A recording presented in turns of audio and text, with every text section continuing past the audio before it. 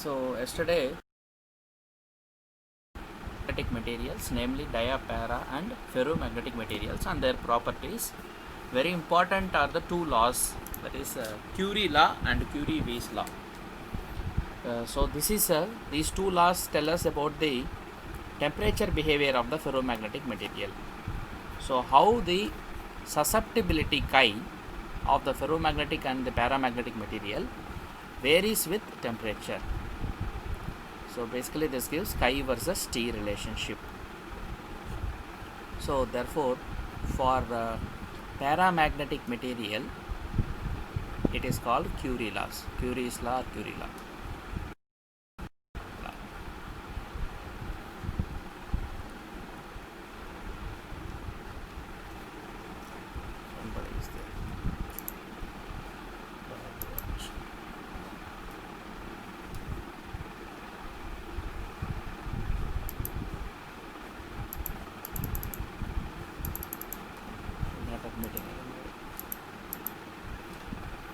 Right.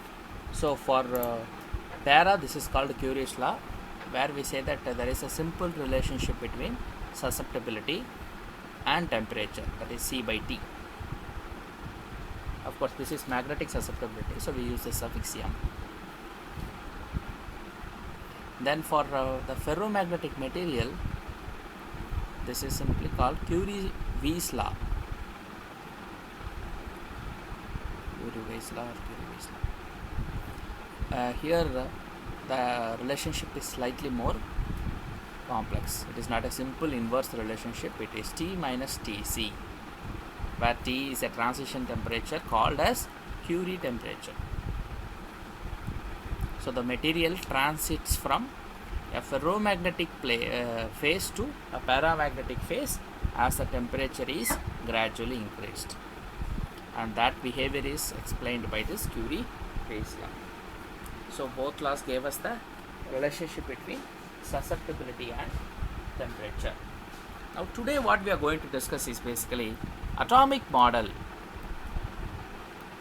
of magnetism. That is, what is the origin of magnetism in materials, and that is based on the atomic structure. So this model is called atomic model of magnetism. So why some materials are dia, why some are para, and why some materials are ferro? That is our first concern. So if you think about it, basically as I already mentioned, everything depends upon the configuration in the atom. So in a material, when we talk about the presence of atomic structure, we know that the electrons revolve around the nucleus. Nucleus is a positive center. The electrons are going around the nucleus, and the electrons occupy different shells, right? So in that case, when electrons are occupying the different shells, outermost electrons will generally decide the property of the material. So the electrons, for example, moving around the nucleus will act as current loop. I already mentioned this, and this current loop will contribute to magnetic moment. That is the first cause for magnetism in materials. And there is another cause also. Every electron is not only going around in circular loop, that is also spinning on its own axis. So that is the second important cause for magnetism. Now if you compare these two magnetism, that is one due to the orbital motion of the electron, okay, around the nucleus, and another is the spin of the electron. This orbital motion gives rise to what is called orbital angular momentum, L. Of course these are all vectors, L vector. That is the motion in a circular orbit, and the rotation of the electron about its own axis gives rise to what is called the spin angular momentum, S vector. Now which one is more? Always the spin will dominate compared to this motion. This also will give rise to some magnetism, but effectively the S will contribute much more. So how much more this is the nuclear magnetic moment. This is called spin or nuclear magnetic moment. That is also another important factor. See, one is spin, orbital. This is orbital. This is spin. Then there is a third one called nuclear magnetic moment. Now that also will contribute to some extent. Why the nuclear magnetic moment also is there? Tell me. That is because when you talk about this nucleus, it is made up of again protons and neutrons, out of which protons are charged, positively charged, whereas neutrons don't have any charge, so they cannot contribute to any magnetism, but protons can contribute to magnetism. So all this will add and will contribute to the magnetism in materials. So all the magnetism that you see in any material therefore will depend on the proton, the neutron, that is the nuclear, and the electron magnetic moments. When we say that electron has orbital as well as spin magnetic moment, right? But if you see the magnitudes, actually if you compare the magnitudes, the nuclear moments is about 1000 times less actually. Electronic moments to compare cheste nuclear center lo unna nucleus valla vache magnetic moment oka 1000 times it is less, right? So spin magnetic moment on the other hand is significant. You cannot ignore this. It is very considerable amount. Therefore the major contribution will depend upon how electrons are arranged in the atom. So for diamagnetism we will see why the material is having diamagnetism as we move along, right? So orbital revolution to compare cheste spin magnetic moment is higher, and again nuclear magnetic moment is 1000 times less than even the orbital magnetic moment. So this way we can understand that how the electrons are arranged in the orbitals will contribute to magnetism. And electrons, we know generally there is something called a Pauli's exclusion principle. Therefore we know two electrons always would like to pair up. So that gives us the minimum energy in the orbital configuration. So as you know, each orbital can contain only two electrons. So when two electrons are present in orbital, they cannot both have generally upspin. Energetically that is not correct. So energetically one will have up and another will have downspin. So we represent upspin with a arrow upwards and the other one downspin with a downwards arrow, right? So electrons generally like to therefore be in pairs. So what happens when they are in pairs? Equal and opposite moments will be there, and most of the cases therefore this moment can cancel the moment due to the electron spin. So if the electron spin moment, which is higher in magnitude, if it has to contribute, then we should have unpaired electrons, then it can contribute. So if unpaired electrons are there, that is a lone electrons if they are there, then that material has a possibility of giving rise to magnetism. Therefore straight away you can conclude that in diamagnetic materials, where we say that it is actually diamagnetic, means it is actually not magnetic, opposite to magnetization. So in diamagnetic materials therefore you can understand that the electrons may not be unpaired, there will be always paired electrons. That is the reason the magnetic moment, that is the net magnetic moment in atoms of diamagnetic material will go to 0. Net magnetic moment for atoms in diamagnetic material therefore will be 0, because the electrons are pairing and cancelling the moment of each other in orbitals. So this is the reason why the diamagnetic materials do not show any magnetic moment, and therefore they are repelled by the magnetic field. So when you keep such a diamagnetic material in an external magnetic field, what will happen? some amount of the spin motion of the electron will get disturbed. The electron is rotating in its own axis, which is called the spin. But when you keep it in a magnetic field, the spin is a charged object rotating, so it is an accelerating charged object. So therefore what will happen? The spin motion of the electron will get disturbed. How it will disturb? External field will slow down the spin, and therefore the electrons that are, because you see, you can apply field in perpendicular to both the spins, or any direction also possible. When you say spins, electrons can rotate in any direction with respect to your applied field. Now the component of electron, because these are two electrons, we are talking about here two electrons next to each other, like let us say. Now the component of that electron, the spin component, because spin is a vector, I already mentioned, the spin component of that electron which is having its spin moment s in the direction of B, parallel to B, will have a accelerated spin, accelerated motion, because of the external field. So external field is affecting it.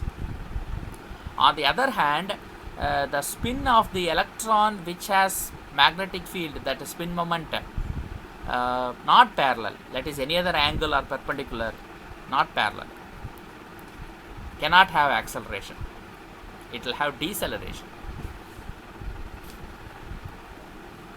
So one spin, that is upspin and downspin, two electrons are there.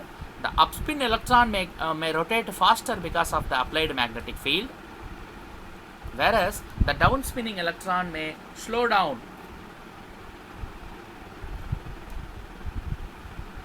Therefore opposite moments are therefore increased and decreased equally, therefore effectively it does not contribute to any magnetic moment.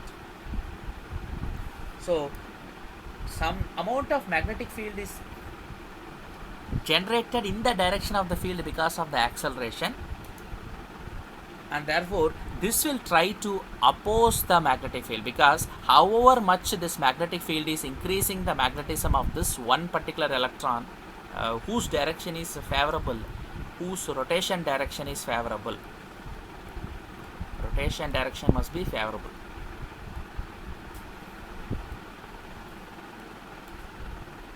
To the applied magnetic field, that will start opposing actually. Though the direction of rotation we say is favorable, that means it will produce a magnetic field equal in magnitude to oppose this external magnetic field. That is how a diamagnetic substance is able to oppose the external magnetic field and move away from weaker, stronger region of the magnetic field to weaker region. It is like somebody pushing out of something. So basically what happens, all these atoms will at once, all the atoms with spin will at once try to, any atoms you can imagine actually, there, you know, Avogadro number of atoms at least you should talk when you talk about a system. So order is 10 power 23 atoms are there, that many spins are there, we cannot actually represent it, so many spins. So sample we can represent 1 or 2. Now you can imagine if there are, let us say, 10 power 23 atoms, all these atoms will have, let us say, 1 electron each, lone pair. Then what happens? Actually in diamagnetic material we say there must be a pair of electrons in diamagnetic. If we say pair, one of these electron in the pair will be having upspin, another one will have downspin. This is only in diamagnetic. Therefore, if you apply a field in this direction, magnetic field, this rotation will be accelerated, this rotation will be decelerated, and therefore this will produce a magnetic field equal almost in magnitude to the applied magnetic field, so that it is opposing, because the spin direction is parallel, but the magnetic field that it produces is a negative charge, so that will try to oppose this magnetic field. So the material itself, which is comprised of these many atoms inside, you can imagine, all will produce a bulk magnetism which is called diamagnetism, that will be in opposition to the direction of external magnetic field. So this is what is happening in a diamagnetic material. That is why the diamagnetic material as a whole will not show any significant magnetism.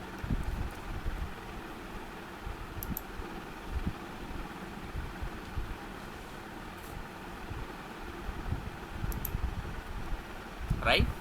So this is the theory of why diamagnetic materials do not show sufficient magnetism. So you can say that although these electrons also try to pair up with their opposite spins, but in case of spin motion of an electron, it is not always possible to form equal and opposite pairs. That means one is accelerating, other one is decelerating. That is the reason why that the field will cause a reduction in the applied field. Therefore, applied field is not allowed to enter through the diamagnetic material.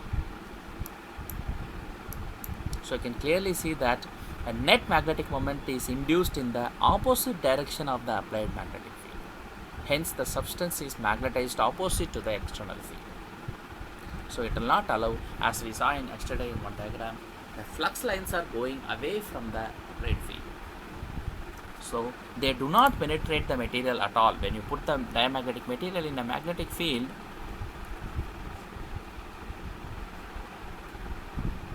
the flux lines bend and go away like this. They cannot enter the material because material is opposing the field. So that is the origin of what is called diamagnetism. Of course, as we know, chi is temperature independent.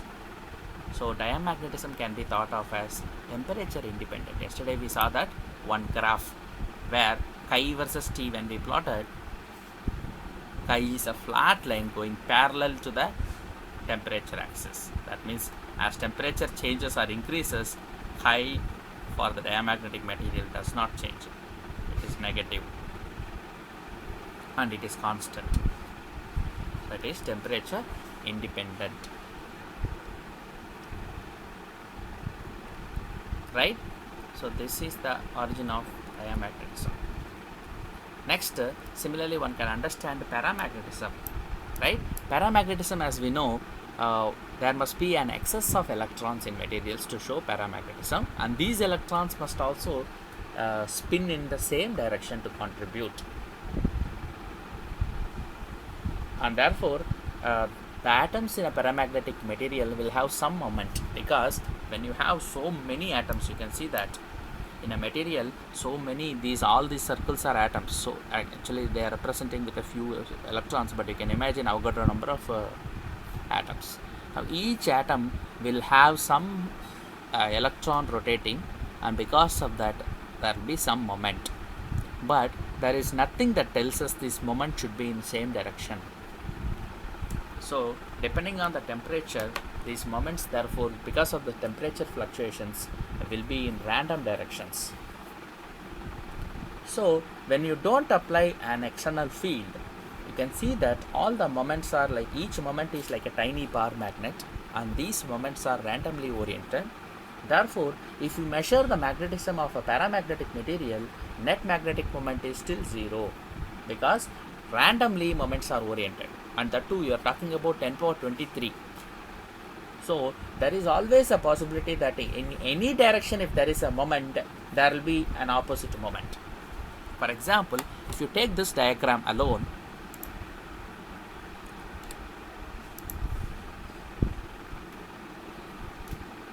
you can see that the opposite moments will cancel. See, on the left side there is one pointing in that direction, right side one is down. So the moments will cancel. That is what we are trying to tell. See the pairs here, how many they are not showing even. Let us say 10. See, this is cancelling, this is down, and you can equally imagine one up, that will cancel. These two are pointing to the right, two are pointing to the left. This is pointing to the right, you can point, one is pointing to the left. So if this is up, you can imagine this to be down, and they will cancel. Like that, effectively all the moments will cancel. That is what is happening. Therefore, the net magnetic moment in a paramagnetic material in the absence of an electric field is 0. But when you keep it in an external magnetic field, something else happens. All these moments will try to align in the direction of the external field. That means the external field is acting as a guiding source, and therefore there will be some kind of alignment, and therefore if you measure the magnetic moment in the presence of an external field, the moments are aligned now in the direction of the external field. Therefore definitely there will be some magnetism shown by the paramagnetic material, and that is why the chi m is, which is I by h, is positive. Chi is what? I by h, that is positive for a paramagnetic material. Chi is positive but a small number, small and positive, because I is small. Chi is I by h, that is small because some magnetization occurs. Okay, so if you want to accurately represent even for a high magnetic field, the material will have many moments pointing in the field direction like this. Some will not point in the field direction. See, like this. Now these moments will contribute to the field. Those moments that are in the field direction, because field direction is like this, applied magnetic field. Other moments will not contribute. So that is why chi is small for a paramagnetic material. Right? And again, as I already mentioned, chi is a temperature dependent property. So if you change the temperature, what will happen? All these aligned moments will become misaligned. All the moments that are now pointing in the field direction will start showing randomized. So this is, let us say, at a low temperature or T is equal to 0. But as T is increased, definitely more disorientation will occur. Only some moments will point in the field direction. Many will not point in field direction. They will be in random directions. This is how randomization of magnetization will occur, and therefore I becomes smaller, even smaller. This is small I at low temperature, but this is even smaller I. So that is the effect of temperature in paramagnetic materials. Not just temperature, but even the external magnetic field. Right. Third is a very important magnetism, that is called ferromagnetism. We know that iron is a ferromagnetic material. Iron, nickel, cobalt, and all examples of ferromagnetic elements. Here also definitely there are permanent magnetic moments for atoms. So you can imagine the same picture here also. But here there is a very significant change in the structure. What is that significant change? The material forms small regions called domains. Very, very, very important. Domain theory of ferromagnetism. Without domain theory, we don't know how to understand ferromagnetism in materials. So this is a theory that is proposed because of several observations carried out on ferromagnetic materials. What is that observation? The electronic origin is one thing. Definitely the electrons are arranged in atomic shells in such a way that the material has net magnetic moment. But what is the reason for that chi being very large for ferromagnetic materials? Because we know for para it is small, but for ferro chi is large and positive. So what is the difference then between ferro and para? Chi being large. So why chi is large is the question.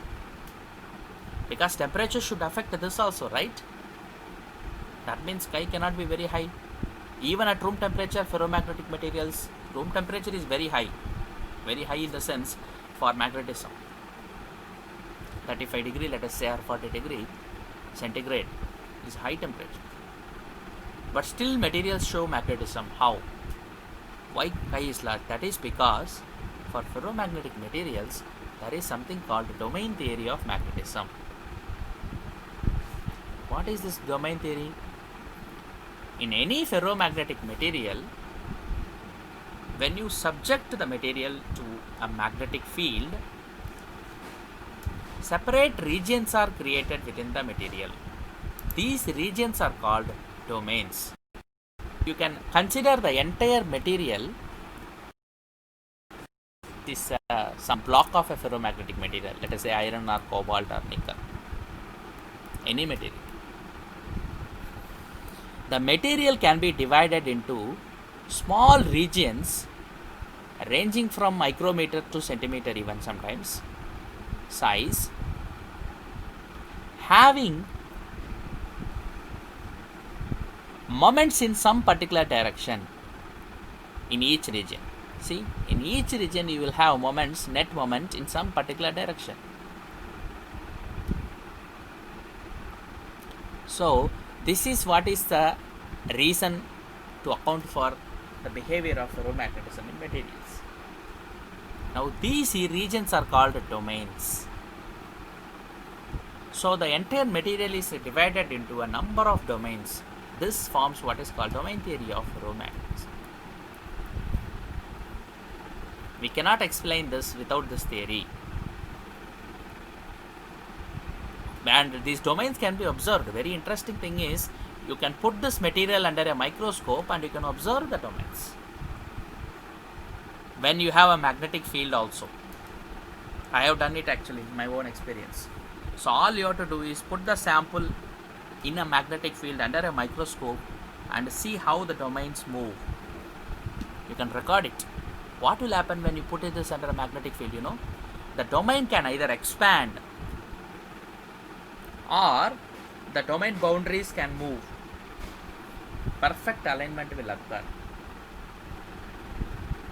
Therefore, in any one particular direction, all the magnetic moments will align. That is, suppose you are applying a magnetic field from this direction. For this material. Now you see what are the domains that have magnetic moment favorable to this magnetic field direction. I can choose only two directions, you see. 1, 2. They are both parallel. So the size of these two domains will increase. Therefore, automatically in magnetic field for the same material, you can have something like this. All other domain sizes will shrink and this domain will expand like this. So here one domain and this domain, and these two being the same orientation, this will become a single domain and the other domains become small in size, and that is how the material will have a magnetism in this direction only. The resultant magnetism or magnetization produced in this material I is in the same direction as applied B. Therefore, chi is large. There is another possibility. Suppose, let us say that in the same diagram I will just modify the direction of B. Suppose I say now that none of the domains are matching in a particular direction. Let me draw the magnetic field like this now for that. From right to left, if I put the magnetic field, I am seeing in this now 1, 2, 3, 4, 5, 6, 7, 8, 9, 10, 11 domains are there. Out of these 11 or 12 domains, none of them are matching in the direction of this magnetic field. So, what will happen under that circumstance is, the closest possible domains will rotate in the direction of this field. Again, if you see in that way, the closest are 1, 2 and maybe 3. 3 of these domains are close to this direction. They are only making 90 degree or 100 degree maximum with this direction. All others are making roughly 180 to 160 degrees, you see. Only these 3 are making close angles. So these moments will rotate in the direction of the field and they will contribute to magnetism, because when you have these moments, each moment is like a magnetic field, tiny magnetic field. All these moments you have to add. So in some unit, if you say that the domain size has increased, that means the number of moments are not Number of moments are increasing actually, they are not remaining same, you see. So this is case 1. In case 2, this rotation also will cause increase in magnetism, because these 3 domains now have rotation. Therefore again chi increases. So what domain theory of ferromagnetism tells us? There are 2 possibilities. The domain can either expand or the moments in domains can rotate depending on the direction of applied magnetic field. So the explanation for ferromagnetism in materials is based on domain theory, and these domains are nothing but small regions in the material. In each region or in each domain, the magnetic moments are in one particular direction. Now the domain size can vary from, if you want to in a volume, it is about 1 centimeter to even 1 meter. For large materials, domain size can be very large. So one can easily say that in each domain, you can imagine I am showing only 2 moments, but atoms will be in Avogadro number range. At least there will be 10 power 18, 19 atoms in each domain. Now all these atoms, each atom is like a tiny magnet. All these small tiny magnets will add. If they are in one direction, you can vectorially add all of them. All of them will add and lead to net magnetic moment by the material and net magnetism in the material. And this is called domain theory of ferromagnetism. So in these diagrams you can see that domains are shown here, and in each domain the moments are in random direction. Now this material is not in a magnetized state, but when you keep this material in a magnetic field, you can see this. For a weak magnetic field, the domains, some domains, because of the direction, some domains are expanding in size. Those domains that have same direction as the magnetic field. This is called domain growth or domain expansion. On the other hand, there is another case in which domains will rotate in the direction favorable to the applied magnetic field if the applied magnetic field is strong enough. That is magnetization by domain rotation. So both domain growth and domain rotation are possible in ferromagnetic materials. And this will contribute to large magnetization of the ferromagnetic material, and that is why I is large, therefore chi is large for a given H for a ferromagnetic material. This one we have to remember as the reason for magnetism in materials. So the atomic model gives a complete picture of magnetism in each of the 3 types of materials, namely the diamagnetic, the paramagnetic, and the ferromagnetic materials. Right, now based on this we can compare the properties so far that we have studied in a single chart, and that comparison is done here. You see that dia, para and ferro are tabulated, the properties. So what happens in diamagnetic? It is just like a revision, you can see this. What happens in a diamagnetic material? It has feeble magnetism, and the direction of the field produced inside the material is opposite to the direction of the applied field. Paramagnetism also is similar to dia in the sense that the strength of the field is not very high, but the direction is the same as the direction of the applied field. Because of that reason, chi is positive, but chi is still small. In diamagnetic case, chi is negative and small. For ferromagnetic substance, because of the alignment of domains in the direction of the external magnetic field, and because of the expansion of the domains, chi becomes very large, and magnetization is in the direction of the applied field again here also. So chi is positive. Right. Now we know that therefore diamagnetic substances are generally repelled by magnet, or in an external magnetic field, diamagnetic materials repel the magnetic field, whereas both paramagnetic and ferromagnetic materials attract the magnetic field. For paramagnetic material, the attraction is not very strong, but for ferromagnetic material, this attraction to magnetism is very strong.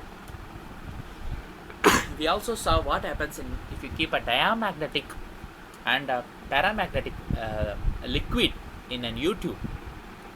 If you keep it in U tube, for the diamagnetic material, the liquid level goes down because it wants to stay away from the field region. For a paramagnetic material, if you keep it in between the pole pieces of a magnet, the liquid level rises because it wants to be in the field region. Whereas in the ferromagnetic case, there is no liquid that is known as ferromagnetic liquid. So when you actually have it in a liquid state, the material will be generally only paramagnetic but not ferromagnetic. So we cannot do the same experiment for ferromagnetic materials. If at all, if you imagine, the rising of the liquid will occur to a larger extent. That is what we can imagine. But if you see in reality, no ferromagnetic material is in liquid state. That is the conclusion we have to give.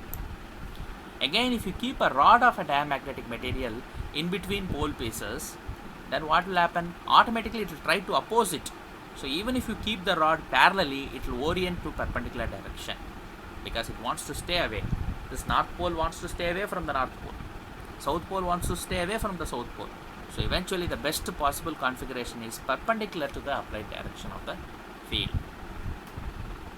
But for a paramagnetic material, if you keep it in that way, the south will try to attract to the north and north will attract to the south. Therefore, there will be some attraction and it will align parallelly.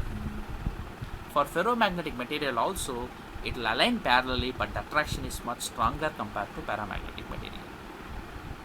On the other hand, we already know that in a non-uniform magnetic field, if you keep a diamagnetic material will be attracted to the weaker regions of the magnetic field.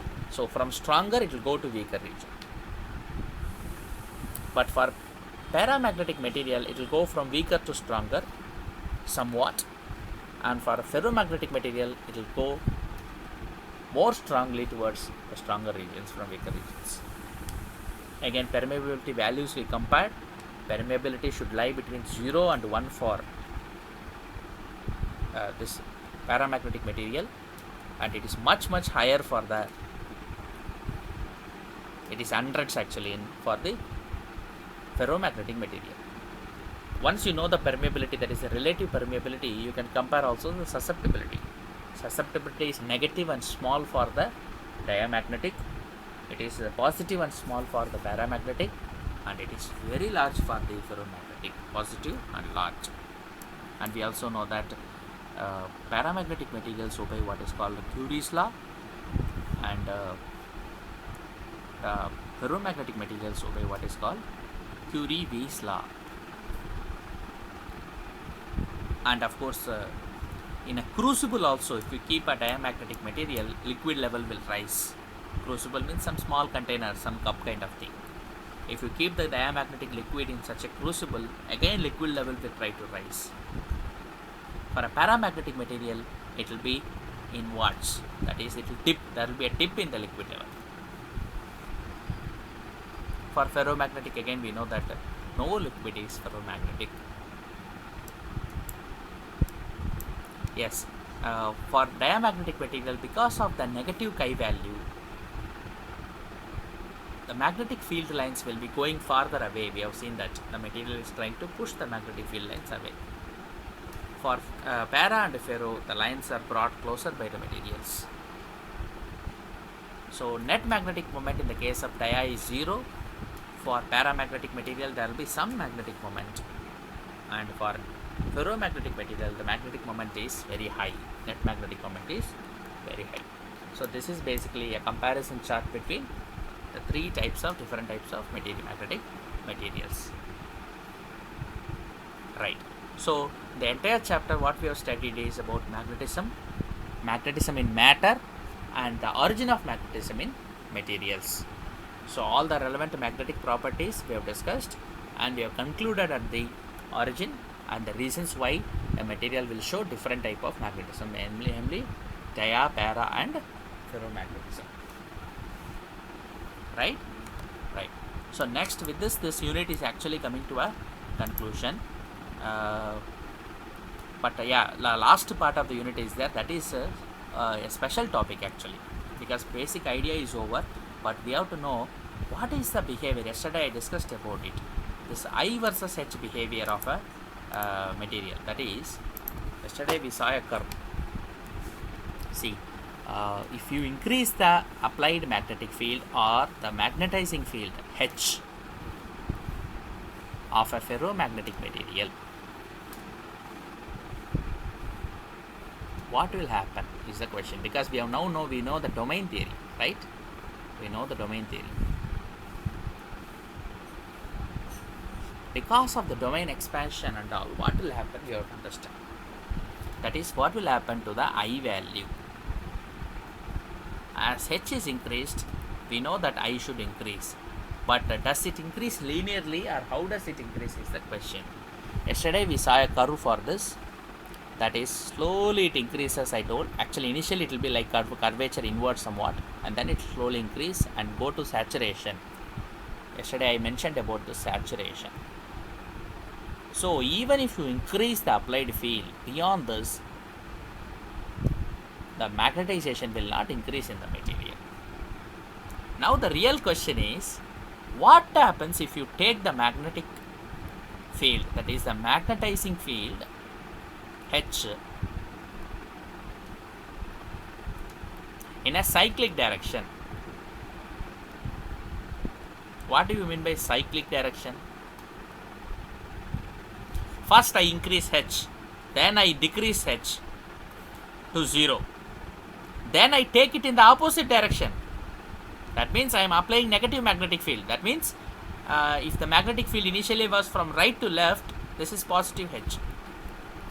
If I apply a magnetic field in the left to right direction, because it is a vector, now it is negative H. So if I take from 0 to negative maximum, what will happen? Again, if I bring it to the 0, again what will happen? This is called as a hysteresis cycle.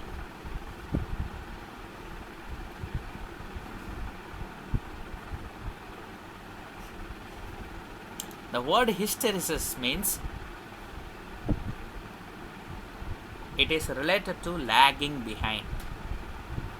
Of course, it has another meaning related to memory also. So here it is lagging behind. అనకే వెనకపడడం. ఏది వెనకపడుతుంది? I. With respect to what? H. So ఈ హెచ్తో కలిసి వెళ్ళలేక I ఆగిపోతున్నట్టు, అది logging behind అంటారు అన్నమాట. I is falling behind H and that is called hysteresis. అంటే H పెరిగే కొద్దీ I పెరుగుతుంది, బట్ H పెంచుకుంటూ పోతే I ఒక స్టేజ్లో ఆగిపోతుంది. అక్కడి నుంచి H ఎంత పెంచినా I పెరగదు.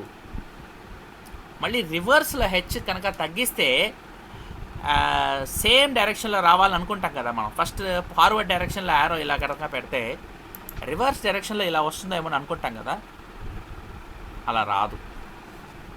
అంటే H తగ్గిస్తే I కూడా ఆ విధంగానే తగ్గుతుందా అంటే ఆ విధంగా తగ్గదు. I ఎలా వెళ్తుందంటే ఇక్కడి నుంచి ఇలా వెళ్తుంది. అంటే H 0 వచ్చినప్పుడు కూడా I ఎంతో కొంత వాల్యూ ఉంటుంది. సరే, ఇప్పుడు ఇక్కడి నుంచి ఏమవుతుంది? ఇక్కడి నుంచి మనం Hని మనం రివర్స్ చేసి 0 నుంచి నెగిటివ్ డైరెక్షన్లో అప్లై చేస్తే ఇప్పుడు I తగ్గడం స్టార్ట్ అవుతుంది. సో ఎంతో కొంత నెగటివ్ వాల్యూ ఆఫ్ Hకి I 0 అవుతుంది. ఇప్పుడు అక్కడి నుంచి మళ్ళీ Hని ఇంకా ఫర్దర్గా ఇంక్రీజ్ చేస్తే I కూడా నెగటివ్ డైరెక్షన్లో వెళ్తుంది.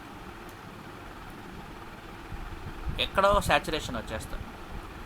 మళ్ళీ ఇక్కడ కూడా అంతకన్నా H ఎంత నెగటివ్ డైరెక్షన్లో పెంచినా I ఇంకా పెరగదు, నెగటివ్ I పెరగదు. ఇది నెగటివ్ I.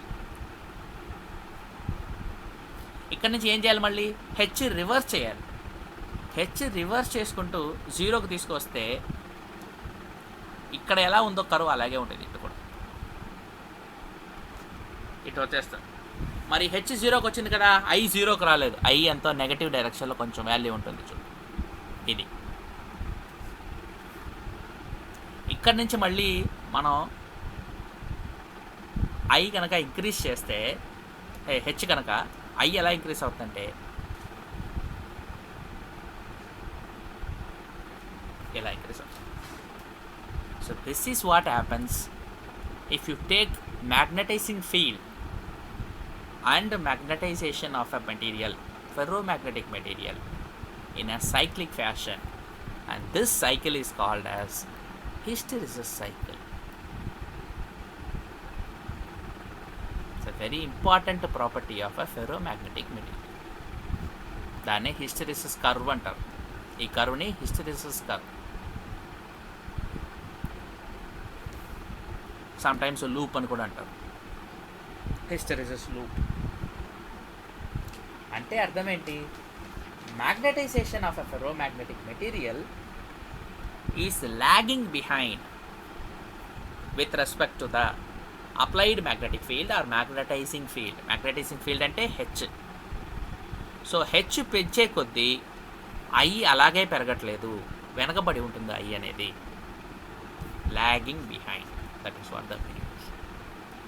సో మనం దీన్ని hysteresis curve or hysteresis cycle అంటారు. ఇలా ఒక సైక్లిక్ ఫ్యాషన్లో మనం మ్యాగ్నెటిక్ ఫీల్డ్ని 0 to positive maximum, positive maximum to 0 back, 0 to negative maximum, negative maximum to 0 back, again from 0 to positive maximum అలా తీసుకెళ్ళిపోతే కర్వ్ ఎలా ఉంది చూడు. First 1 2 3 4 5 6, at least we can think of 6 regions. This is the hysteresis cycle. 6 different segments మనం compare చేయొచ్చు. So ఇక్కడ కొన్ని property names ఉన్నాయి, కొన్ని క్వాంటిటీస్కి నేమ్స్ ఉన్నాయి. అవి ఏంటో నమ్మగా we ought to do that. So what is happening అనేది నేను చెప్పేసాను, రైట్? సో బేసిక్ ప్లాట్ ఇది I వర్సెస్ H కర్వ్ అంటారు. Two different ways you can study this. Either you can say that this is a I versus H curve, or it is the magnetic induction B versus H curve. రెండింటికి పెద్ద తేడా లేదు, మీకు already తెలుసు. So either you can say it is I versus H or B versus H. రెండు ఒకటే, curve shape మాత్రం change చేయగలుగుతారు.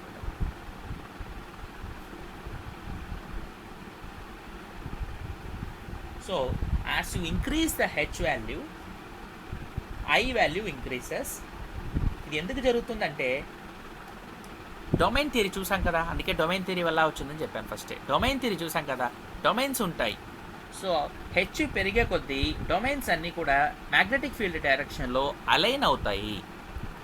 The domains are aligned along the direction of the applied magnetic field, and that is why I also increases first. అది segment 1లో జరిగేది.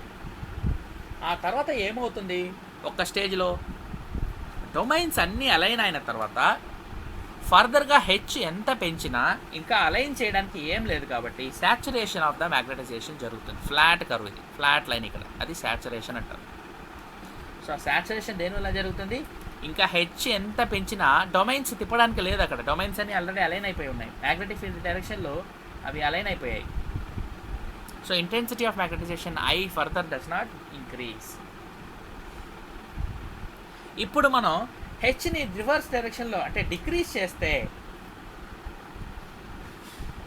ఏమవుతుంది, I కూడా తగ్గాలి కానీ ల్యాగింగ్ బిహైండ్. ఇక్కడ ల్యాగ్ అయిపోయింది చూడండి, ఐ ల్యాగ్ అయిపోయింది. ఈ గ్యాప్ అంటే ఇదే డైరెక్షన్లో యారో రిటర్న్ చేయట్లేదు, ఇది కాదు, ఇది జరగదు. యారో సేమ్ కర్వ్ సేమ్ డైరెక్షన్లో రీట్రేస్ చేయదు. సో హిస్టెరిసిస్లో మెయిన్ ఏం జరుగుతుంది, the I does not retrace, I does not retrace its path. అది ఆ పాత్ని రీట్రేస్ చేయట్లేదు ఐ. సో లాగింగ్ బిహైండ్ అంటారు దీన్నే.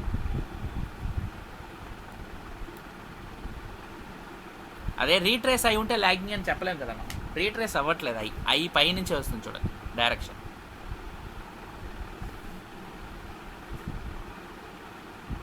సో హెచ్ 0 అయినప్పుడు కూడా ఇక్కడ చూడండి, హెచ్ 0 అయ్యేటప్పటికి కూడా ఎంతో కొంత మ్యాగ్నటైజేషన్ మెటీరియల్లో ఉండిపోతుంది. ఇది very very special property of the ferromagnetic material. So మళ్ళీ ఇక్కడ క్లియర్గా మళ్ళీ చేస్తాను చూడండి, ఇది మీకు హెచ్, ఇది ఐ. హెచ్ పెంచే కొద్దీ ఐ పెరుగుతుంది, సాచురేషన్ వస్తుంది. తర్వాత మీరు హెచ్ రివర్స్ చేస్తున్నారు అంటే టువర్డ్స్ 0 వెళ్తున్నారు మళ్ళీ, కానీ ఐ ఆ పాత్రలోకి రావట్లేదు. It is going with a lag. So H zero చేసేటప్పటికి మెటీరియల్లో ఐ కూడా జీరో అవ్వాలి కదా, మ్యాగ్నటైజేషన్ జీరో అవ్వాలి కదా మామూలుగా ఉంటే. కానీ ఇక్కడ డొమైన్స్ అన్నీ ఆల్రెడీ అలైన్ అయి ఉన్నాయి కాబట్టి మనం రివర్స్ చేసే టైంకి జీరో అయ్యేటప్పటికి ఇంకా డొమైన్స్ కొన్ని మ్యాగ్నెటిక్ ఫీల్డ్ డైరెక్షన్లోనే ఉండిపోయాయి. So net magnetization we can say this magnetization is a retained magnetization. So దీన్ని రెటెంటివిటీ అంటారు. మెటీరియల్లో రెటెంటివిటీ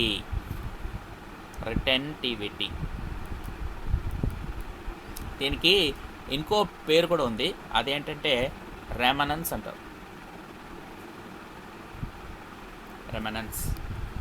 రెమనెన్స్ ఆర్ రిటెంటివిటీ. సో డెఫినేషన్ ఎలా ఇస్తారంటే ఈ రెమనెన్స్ ఆర్ రిటెంటివిటీకి, it is the residual magnetism. గుర్తుపెట్టుకోండి ఈ వర్డ్, రెసిడ్యువల్ మ్యాగ్నటిజం. రెసిడ్యువల్ అంటే ఏంటి? మిగిలిపోయిన magnetism. So residual magnetism that is present in the material even when the applied magnetic field is zero, even when H is zero. So H zero చేసేటప్పటికి కూడా ఆ మెటీరియల్లో కొంచెం స్పాంటేనియస్ మ్యాగ్నటైజేషన్ ఉండిపోతుంది. దాన్ని residual magnetism or remanence or రిటెంటివిటీ అంటారు. 3 పేర్లు ఉన్నాయి. అంటే అలైన్ అయిన మొమెంట్స్ డీ అలైన్ అవ్వట్లేదు, అది మీనింగ్ దీనికి. The moments are not dealigning. సరే, ఇప్పుడు ఏం చేస్తాం మళ్ళీ మనం నెగటివ్ డైరెక్షన్లో ఆ అలైన్ అవ్వని డొమైన్స్ని కూడా అలైన్ చేయడానికి కౌంటర్ మ్యాగ్నటైజేషన్ చేస్తాం. అంటే రివర్స్ డైరెక్షన్లో మ్యాగ్నటైజేషన్ చేస్తాం.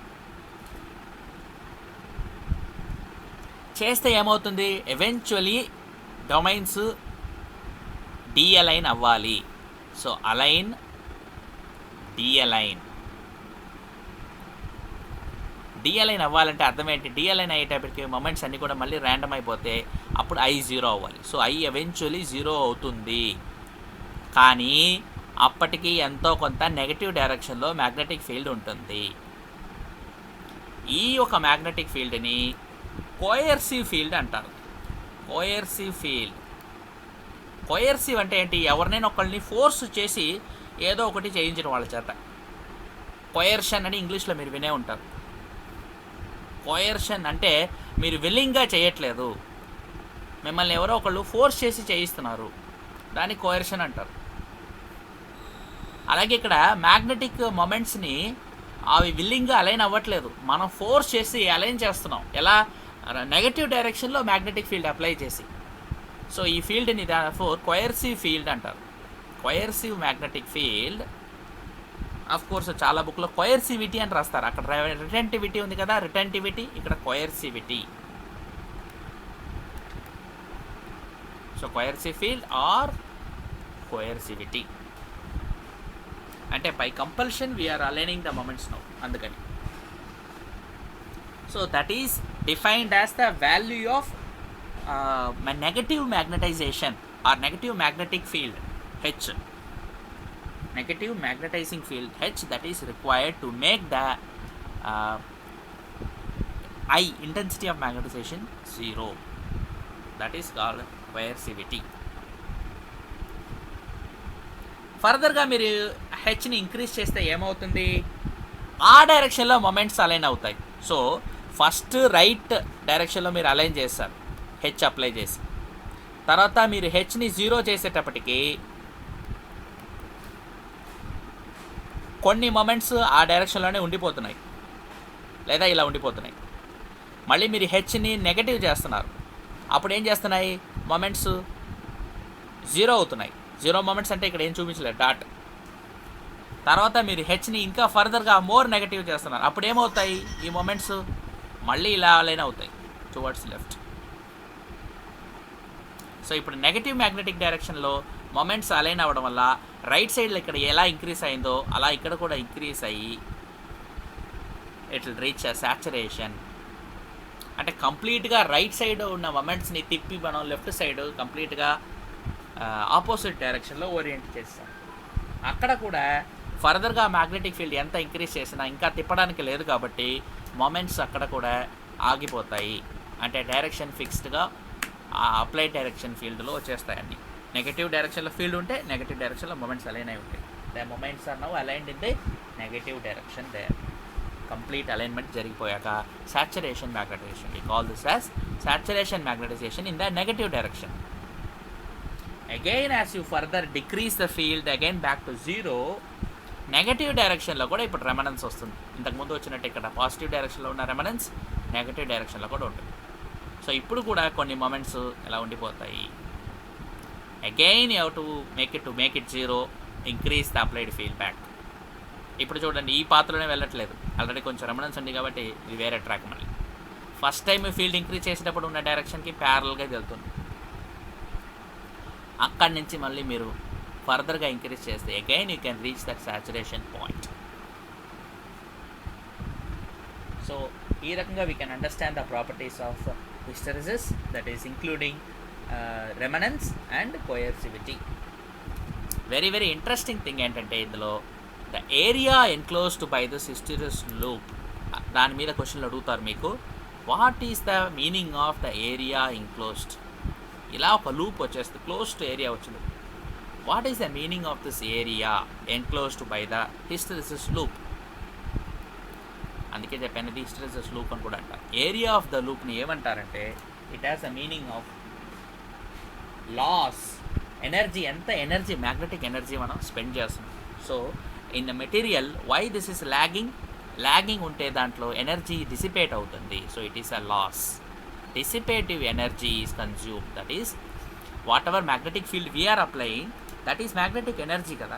This energy is taken by the material and some amount of that energy is used for alignment and all. Finally the net contribution is that area of the loop will give losses, energy loss per unit volume of the material. So if you have a larger material,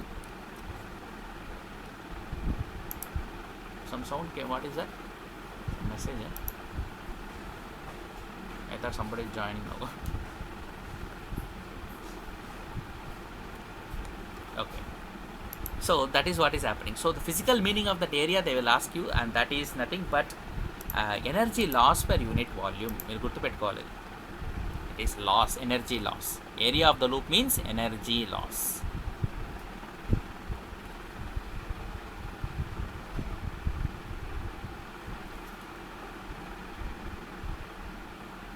Okay, so IH కి BH కి connection ఉంది, already I mentioned that, right? Because mu naught ఉంటే IH and BH can be linked, right? So that also you should know.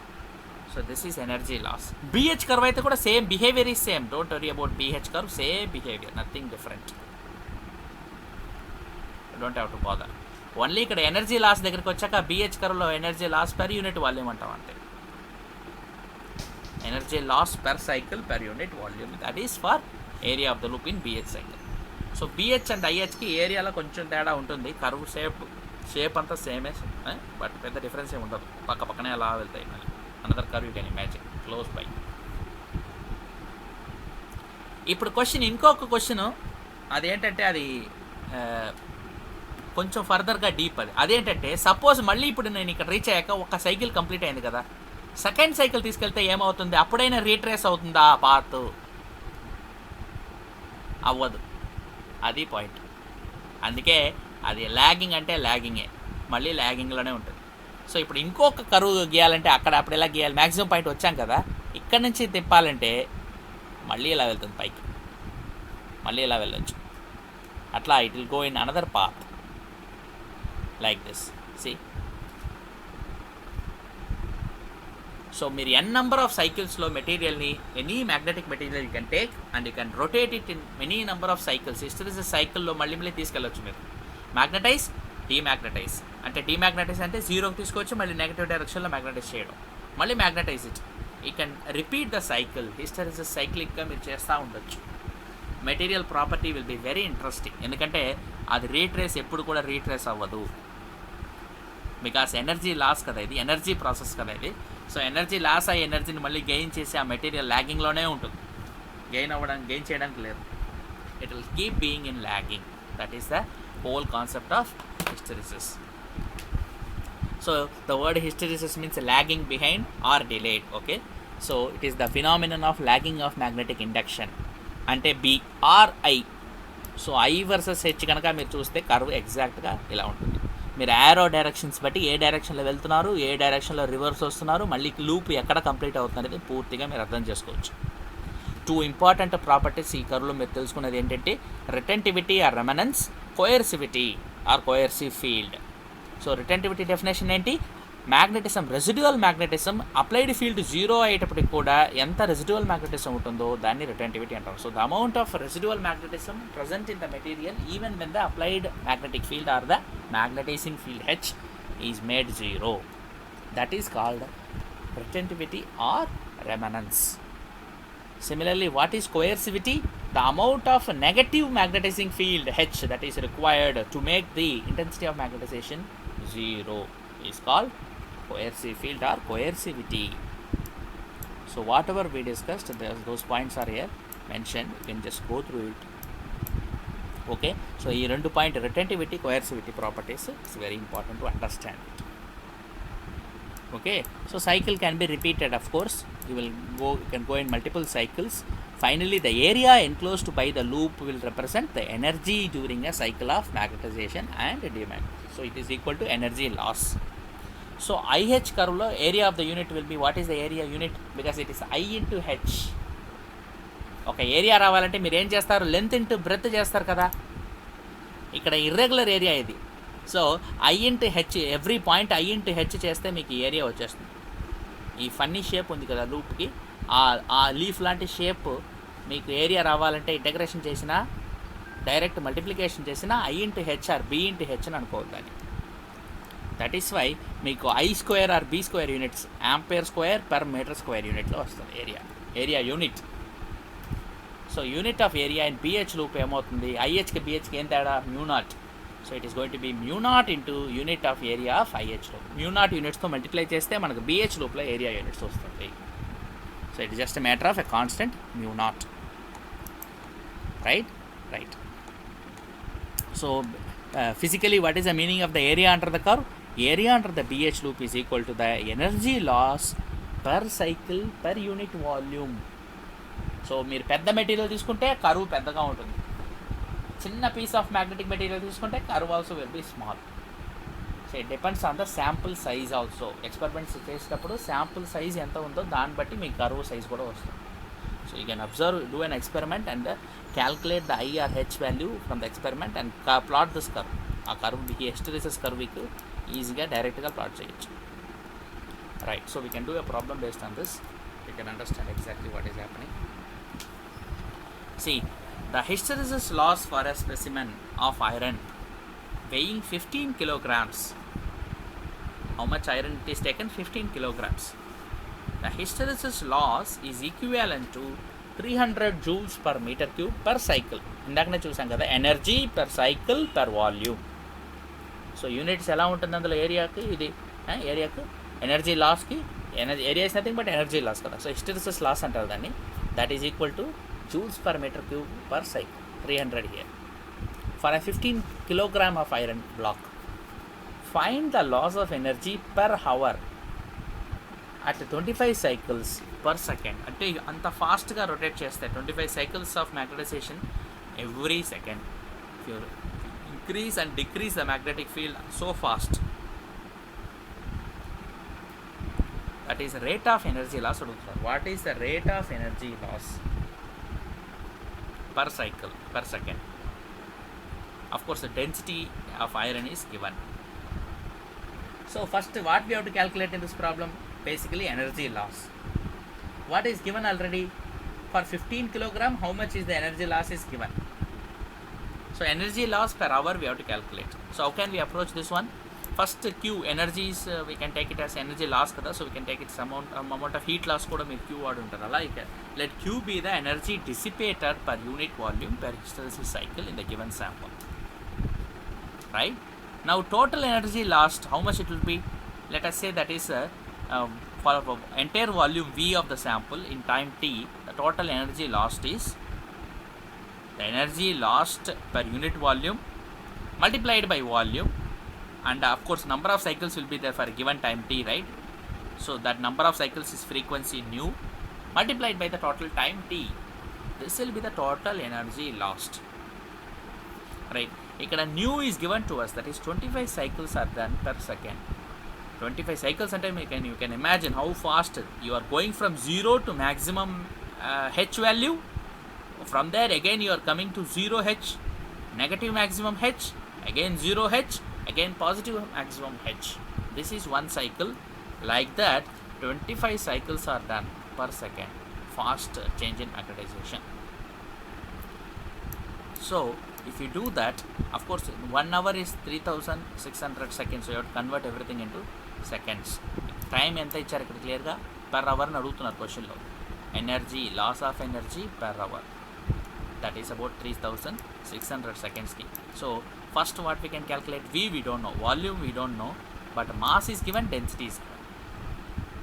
So density is mass per unit volume, so volume is mass by density. So all you have to do is for volume, mass by density you have to do 15 kilograms divided by the density 7500 kg per meter cube. If you do, you will get 15 by 7500 meter cube.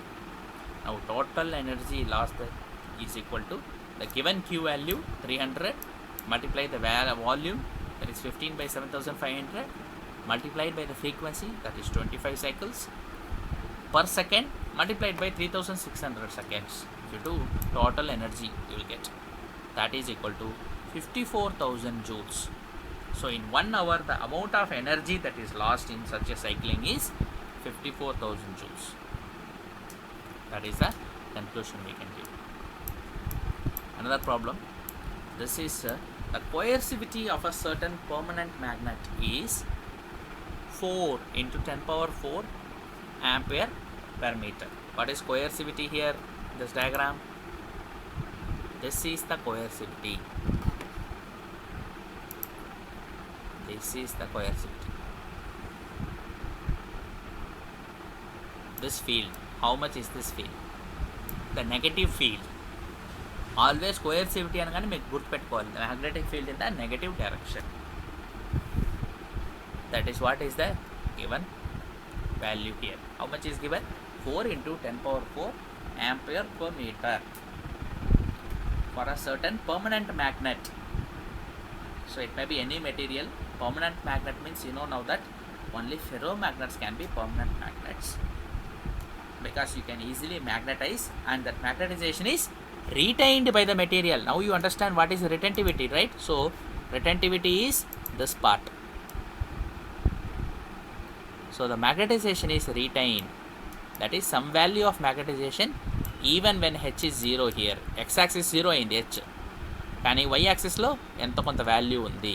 x 0 అయ్యేటప్పుడు కూడా some value of I or B ఉంటే the material is said to be magnetized. So ఇలాంటి material మనం permanent మ్యాగ్నెట్స్కి వాడచ్చు. So they will ask this as a question, what type of materials are used for permanent magnets? They will ask dia, para, ferro. The answer is ferro. Of course fourth choice ఎప్పటిలాగా none of the above ఇస్తారు. So you know that the answer is ferromagnetic material. That is because of the retentivity property, right? ఇక్కడ ఈ question ఏమి ఇచ్చారు, some మెటీరియల్కి coercive field ఇచ్చారు. Coercive field is given as 4 into 10 power 4 ampere per meter. Now the magnet is placed inside a solenoid 20 centimeter long and having 700 turns. So we know the magnetic field of a solenoid, right? We know calculation, we know the formula. So you have a solenoid. Let us do the continuous. The magnetic material, that is a ferromagnetic material, is kept in a solenoid like this. So it forms a core here, right? Now coercivity is given as 4 into 10 power 4 ampere per meter. The magnet is placed inside a solenoid. What is the length of the solenoid given? 20 centimeter.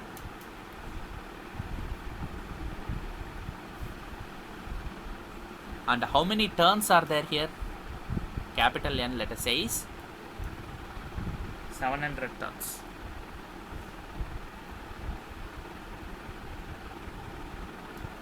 So what is given done here? Already magnet is permanent magnets. Still why are they keeping it in a solenoid? That is because current is passed in the solenoid to demagnetize it completely. How much is the current they are asking? Find the current. That means, let us say the current direction is like this.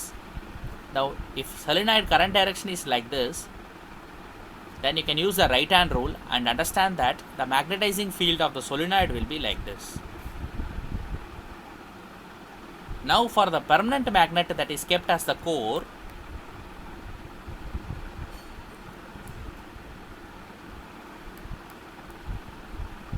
it is already magnetized because it is permanent magnet.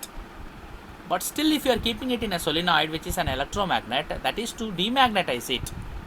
So basically, the original magnetization of this magnet, permanent magnet, is, let's say, from left to right. This field, the solenoid field, is now the demagnetizing field. Opposite direction lo kanaka field apply chesi meeru strong field apply cheste ee magnet demagnetize avutundi. So it is demagnetizing field. The field of the solenoid here is therefore demagnetizing field. So original magnetic permanent magnetic field left to right unte solenoid వల్ల వచ్చిన field right to left ఉండాలి. ఉంటే కనుక magnetic fields cancel అయిపోతాయి. Left to right and right to left will cancel. Net field on the permanent magnet becomes 0. So ఒక permanent మ్యాగ్నెట్ని కనుక మీరు ఒక సొలినాయిడ్లో పెట్టి ఆపోజిట్ డైరెక్షన్లో మ్యాగ్నెటిక్ ఫీల్డ్ అప్లై చేస్తే అది డీమ్యాగ్నెటైజ్ అయిపోయి నాన్ మ్యాగ్నెటిక్ అయిపోతుంది. సో మీ దగ్గర ఏమైనా మ్యాగ్నెట్ ఉంటే కూడా అందులో ఉన్న మ్యాగ్నెటిజం స్ట్రాంగ్ మ్యాగ్నెటిక్ ఫీల్డ్లో మళ్ళీ పెడితే డీమ్యాగ్నెటైజ్ అయిపోతుంది జనరల్గా, రైట్. సో ఎంత కరెంట్ అప్లై చేస్తే, how much is the current that should be sent to demagnetise this permanent magnet? That is the question asked.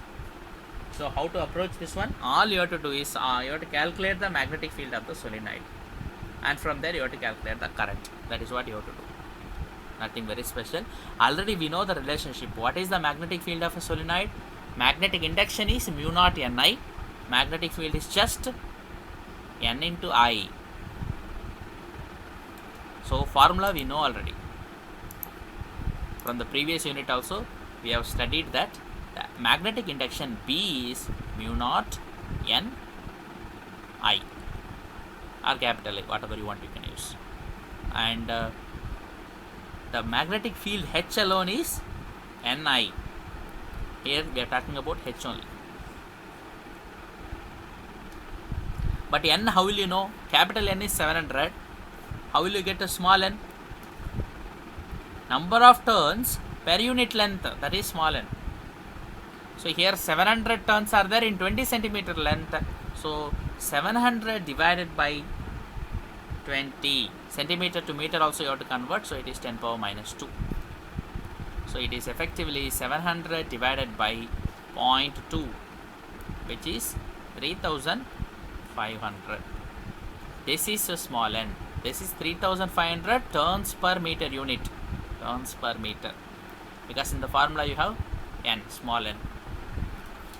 So first you can therefore calculate n and get it. From n it is easy now. Why? Because current is what is required, and current is I is unknown. H is given in the question. Yes, H is given because they are asking us coercivity only.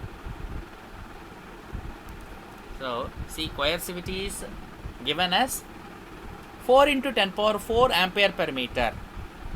That means in the reverse direction, if you apply this much magnetic field, the B value of the permanent magnet will become 0. ఇందాక మన hysteresis కర్వ్లో అదే కదా చూసాం. Hysteresis కర్వ్లో మొత్తం story ఏంటి? అందులో reverse డైరెక్షన్లో మనం పాజిటివ్ డైరెక్షన్లో తీసుకెళ్తే ఇలా వెళ్తుంది, నెగిటివ్ డైరెక్షన్లో ఎక్కువ వచ్చింది. ఇప్పుడు ఇది పర్మనెంట్ మ్యాగ్నెట్ ప్రాపర్టీ అని చెప్పాను ఇందాకనే. ఇప్పుడు దీన్ని మనం 0కి తీసుకురావాలంటే ఎంత ఫీల్డ్ అప్లై చేయాలనేది ఇచ్చారు వాళ్ళు. అది ఎంత ఇచ్చారు? 4 into 10 power 4 అని ఇచ్చారు. So the H is given, N we are finding out, I we can find. So I is basically nothing but H by N. That is going to be 4 into 10 power 4 divided by 3500. Therefore your I will be roughly 4 by 3.5 into 10 power 3 10. This is your value, so that will be roughly around 11.5 amperes.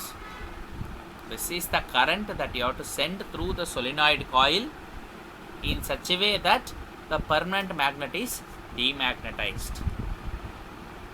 Of course, the direction opposite lo undali, then only this demagnetization will occur, right?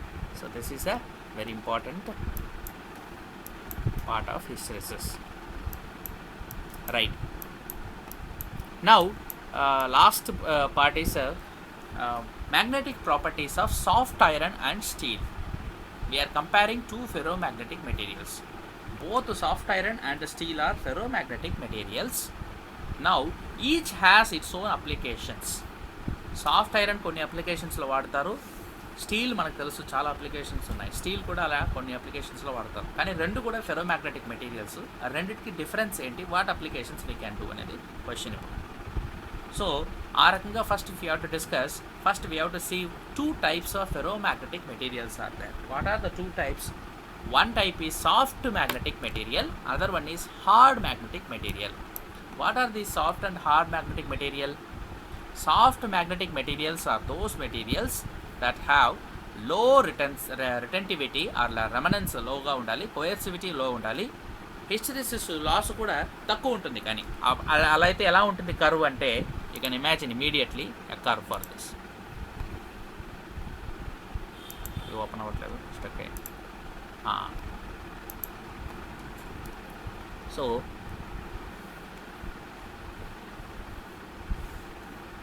రిటెంటివిటీ లో, so curve ఇక్కడ షార్ట్గా ఉంది, ఇక్కడ ఇది రిటెంటివిటీ.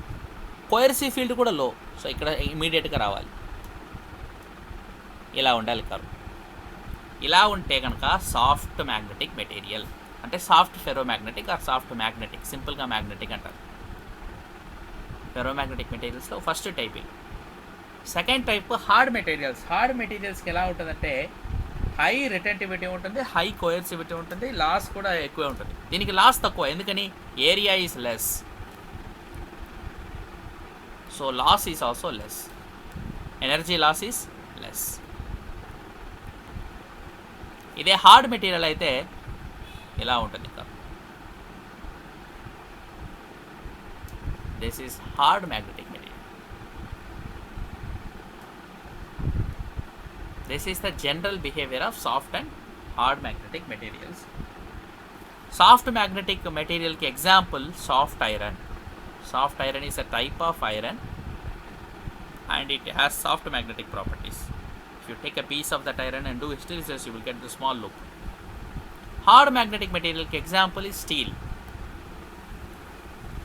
Steel, when you do this thing I versus H curve, it will have a loop that is larger loop unte ardham enti, energy loss is more, energy loss is more. This is the property for steel. So soft iron and steel, ikkada two materials, they are going to be compared based on their hysteresis behavior, and they have, each one has its own applications. So you can see the curve is like this. For soft iron the curve is like this, for hard material steel it is.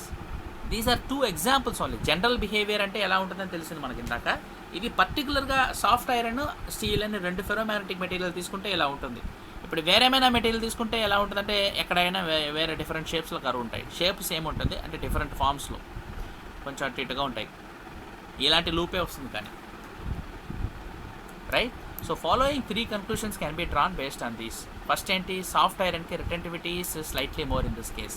This specific example kada, so it is loop is very thin but retentivity is higher for soft iron compared to steel, but coercivity is higher for steel compared to soft iron. Energy loss is more for steel compared to soft iron. These are the three conclusions you can give between these two specific materials which are both ferromagnetic. Both have applications. అంటే ఎలా ఉంటే మంచిది, hysteresis loss తక్కువ ఉంటే మంచిది కదా అంటే అలా అనలేము మనం. రెండింటికి డిఫరెంట్ అప్లికేషన్స్ ఉన్నాయి.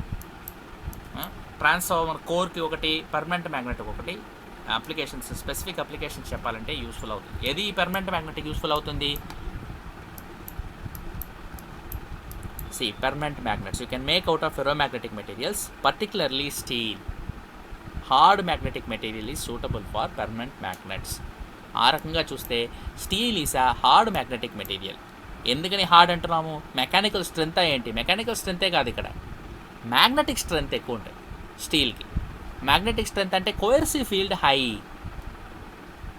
అంటే నెగిటివ్ డైరెక్షన్లో ఎక్కువ ఫీల్డ్ అప్లై చేస్తేనే దాని మ్యాగ్నటైజేషన్ 0 అవుతుంది. సో కోయర్సివ్ ఫీల్డ్ హై ఉంటే మంచి మెటీరియల్, అది పర్మనెంట్ మ్యాగ్నెట్ కింద వాడడానికి. ఆన్ ది అదర్ హ్యాండ్ ట్రాన్స్ఫార్మర్లో ఎలక్ట్రోమాగ్నెట్స్కి వాటికి మనకు soft magnetic material will be very much useful. Why? Permeability ఇనిషియల్గా హై ఉంటుంది, మ్యూ వాల్యూ హై ఉంటుంది ఇనిషియల్గా. హిస్టెరిసిస్ లాస్ లో ఉంటుంది. ట్రాన్స్ఫార్మర్ అప్లికేషన్స్ అంటే మనకు తెలుసు, కరెంట్ క్యారీ చేయడానికి. టెలిఫోన్లో డయాఫ్రామ్ ఉంటుంది, మనం మాట్లాడితే దాన్ని కన్వర్ట్ చేయడానికి. Speech is converted into electrical signal using diaphragms టెలిఫోన్లో. ఇలాంటి అప్లికేషన్స్కి soft material is more useful. ఫాస్ట్గా అక్కడ సైకిల్ మారాలి, మన ఫ్రీక్వెన్సీ కన్వర్షన్ జరగాలి. Next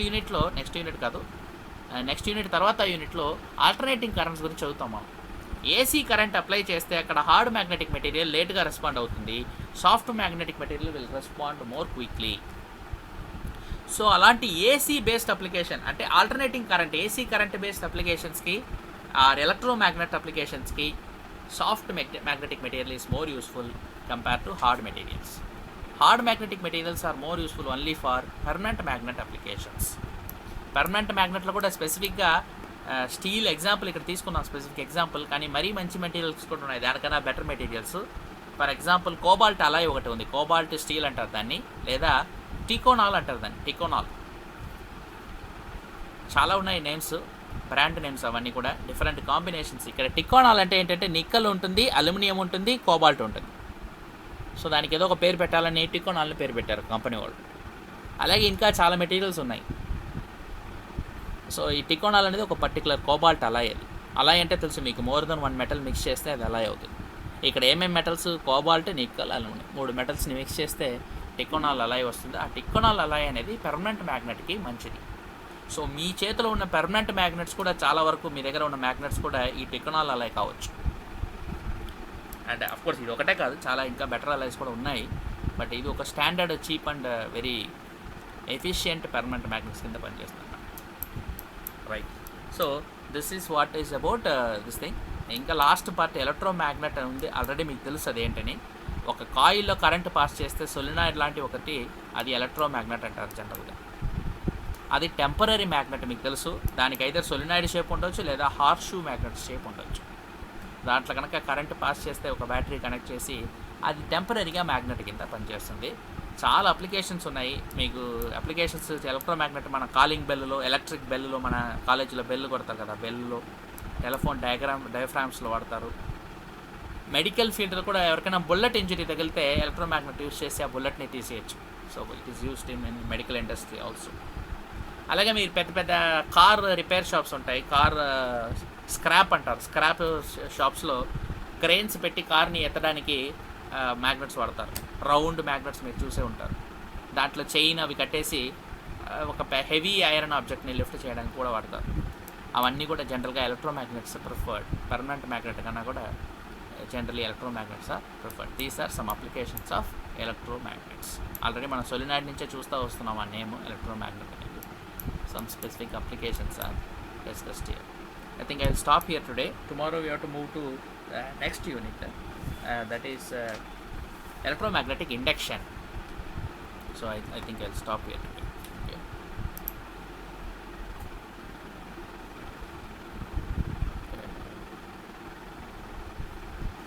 Hey, everything.